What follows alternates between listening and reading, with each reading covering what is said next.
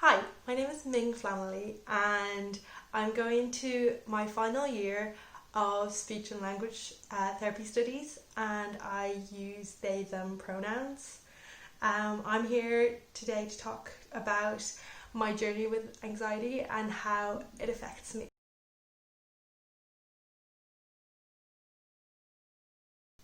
I'm registered under the Disability Services for my mental health, and I have different diagnoses and so I have bipolar one, borderline personality, and complex PTSD.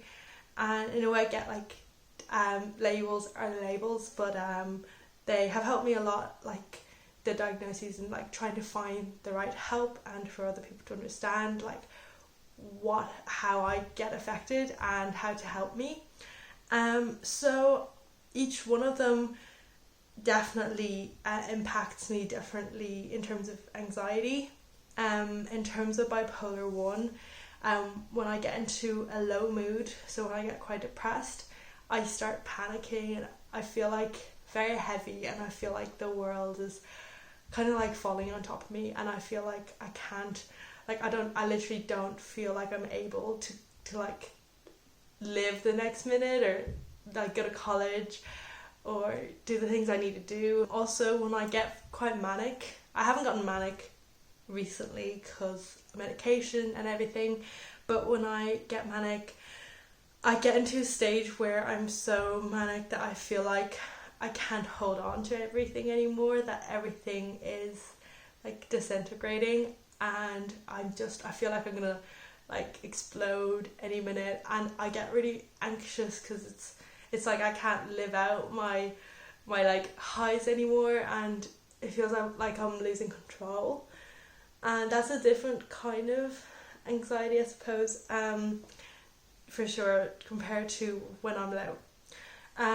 In terms of borderline personality, I realised only very recently how much I suppress my emotions, and with that, whenever I suppress like anger or sadness or like a lot of the time my anxiety, I get very dissociated after two weeks of like suppressing my emotions.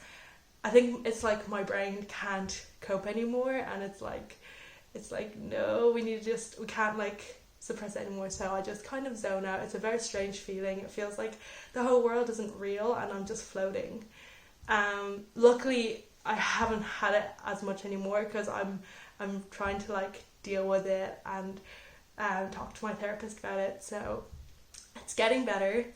I've also had a lot of panic attacks in the past, and I don't know if that stems from which one, but it's for different reasons. Like I had panic attacks that like happened because of triggers, because of my complex PTSD, and just situations or seeing people. It just is very stressful. It's really funny because I've never actually thought of myself as someone who gets anxious because I've always had all these distractions, and I'm like, I'm not anxious because I'm quite confident, and I think I see anxiety playing out with people I know, very, like it presents very differently to myself.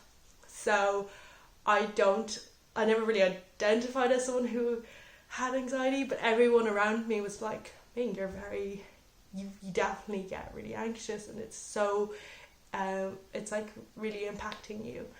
And I'm with this lockdown and with COVID, I'm starting to realize that, and there are no distractions, and I'm really realizing how much it affects me, and it's definitely good. It was really stressful because I felt like really overwhelmed, but now I'm like dealing with it. It's definitely getting better, or it's getting better at least, because I'm like registering that I do get anxious.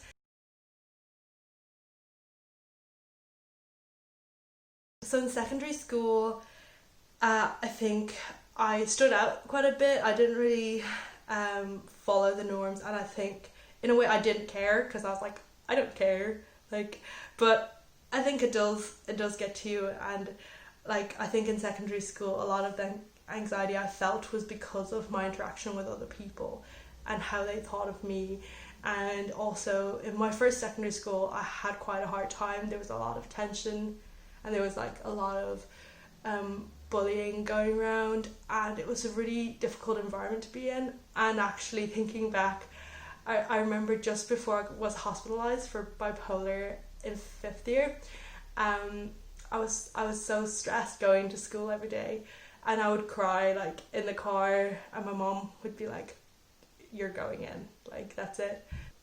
Whereas in college, I was surrounded by people that were so great and like healthy, and we like clicked, and I had my girlfriend, and I think the environment was a lot better.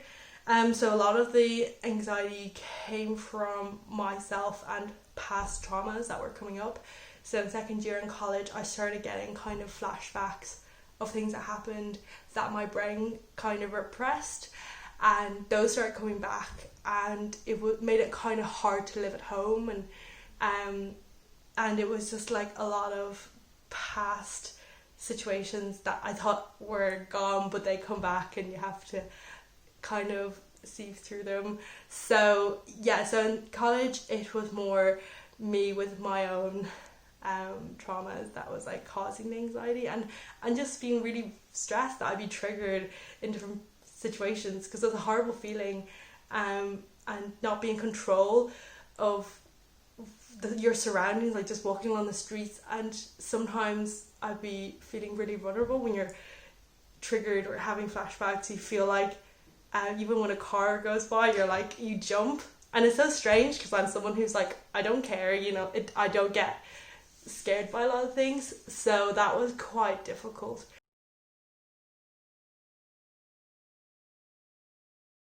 Going back a little bit, I deferred second year because of like recently, I just in second year I realized I was going through a lot. I was really overwhelmed, and I'd just been diagnosed with like complex PTSD and borderline personality, which made a lot of sense. And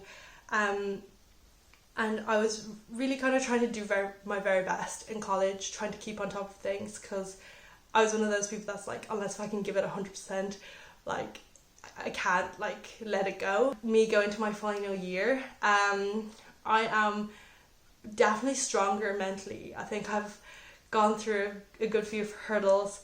The college counselling services, the service has really, really helped me. I have like little revelations of like how much more work I still have to do, but I think it's a maintenance thing. I think having the right skills from doing different types of counselling and the right support systems really, really help.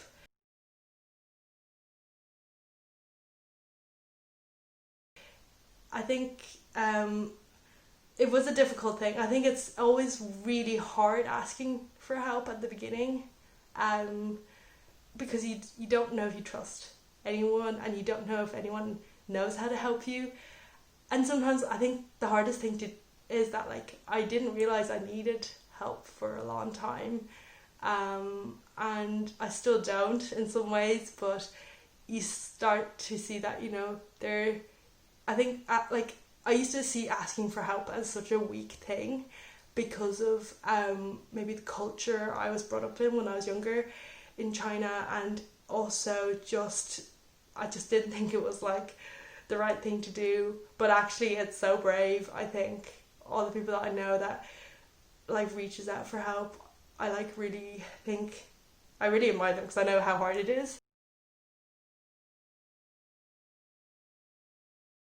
Sometimes seeing my close friends really help, because it's like I can be comfortable with them, and I can let myself not feel good in front of them. Slowly trying to like change and not use the ones that aren't useful anymore, because then they become a bit more disruptive in your life. But so I'm going to talk about the ones that are like more disruptive, I suppose. First, so definitely like repressing emotions was a coping mechanism that was really great when I had no one or no place to kind of go to deal with what's happening, and got very good at it. That it took me a long time to realize I was actually doing it. So that's something I'm trying to get out of, like repressing my anxiety and being like, no, Ming, you're sad. Like, let yourself be sad, or you're anxious, and that's okay. And it's distractions. So I still think distractions are very good short term.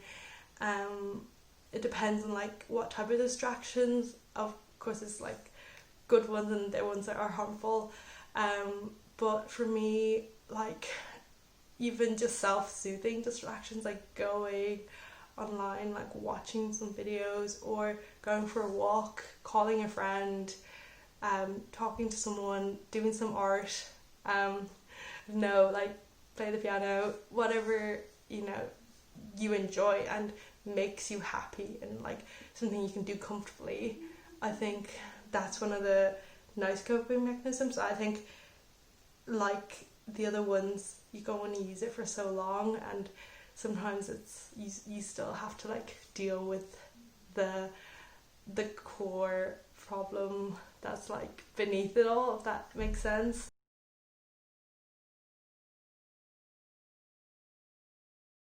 I think one of the main things to remember is that your health comes first, and I always forget that, and I'm like, no, I have to do this and I have to do that, and then after that I need to do this because then I want to be at this place, and I forget that like I've had a few like falls, I suppose, like metaphorically along the way, where I was striving to do something, but like because I wasn't taking care of my mental health, it really pulled me back, and I had to put everything on hold.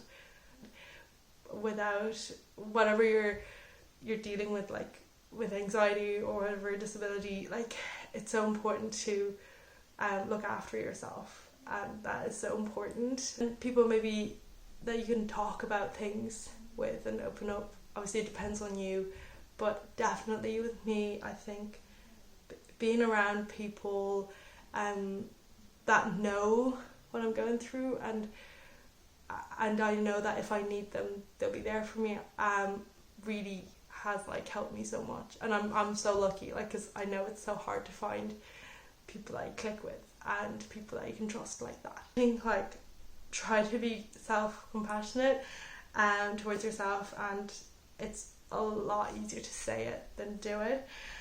But recently I watched the videos on YouTube by Kristen Neff, and she talks about self-compassion, and it's something that I never thought of. Is like, I'm like, how, like, it's okay to be kind to yourself, like you should really always push yourself, like, but the way she puts it, like it makes a lot of sense, and it really helped me. I think she has an hour talk on an hour, and then there's another one that's 10 minutes on YouTube. So it definitely helped me a lot to know that I can be kind to myself, and I can kind of be there for myself. Thank you so much for watching. It's a really long video, so thank you, and I hope it was helpful. And if you're struggling with anxiety out there, know that you're not alone. A lot of people go through it.